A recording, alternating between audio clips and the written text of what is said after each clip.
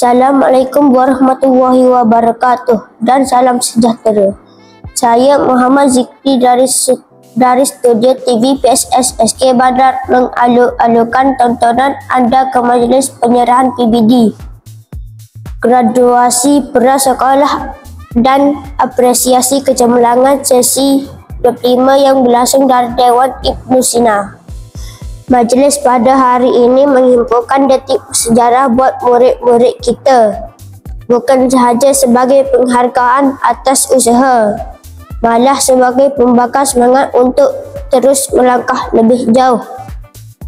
Sebentar lagi kita akan bersama rakan pengacara di lokasi untuk mengikuti perjalanan majlis secara langsung.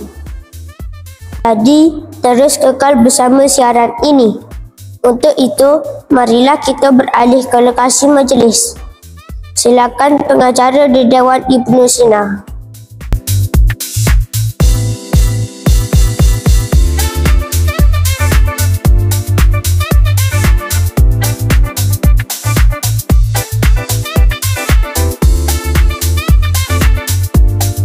Terima kasih rakan di studio.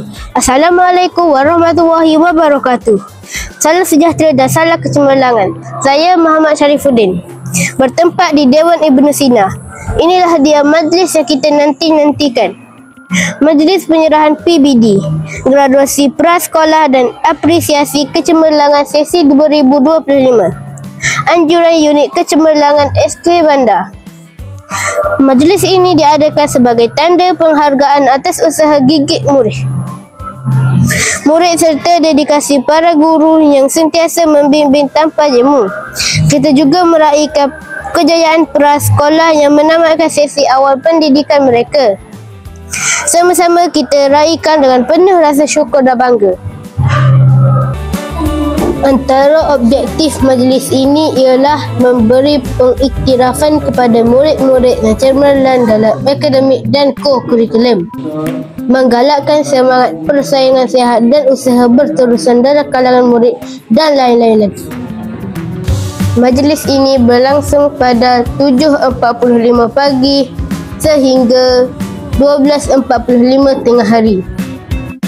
Majlis ini ialah gabungan antara Majlis penyerahan PBD, graduasi prasekolah dan apresiasi kecemerlangan. Tahniah diucapkan kepada murid-murid prasekolah dan semua pemenang-pemenang anugerah kurikulum. Secara umumnya, majlis berjalan dengan lancar dan suasana ceria.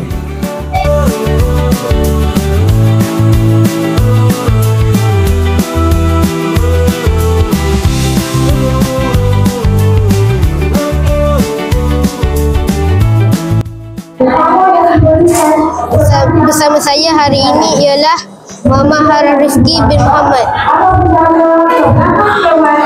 Apakah perasaan dan harapan anda selepas menerima penghargaan pada hari ini? Saya merasa sangat gembira dan bersyukur untuk menerima penghargaan ini, dan juga terima kasih kepada ibu bapa dan guru-guru dan rakan-rakan yang sentiasa menyokong saya. Saya berjanji akan belajar bersungguh-sungguh lagi. Terima kasih. Nama saya hari ini Ustaz Faizul.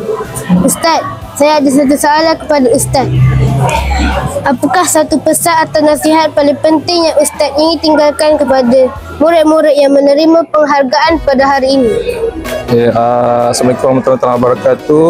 Satu pesan saya kepada murid-murid yang menerima penghargaan pada hari ini, supaya teruskan berusaha dan jangan mudah berputus asa.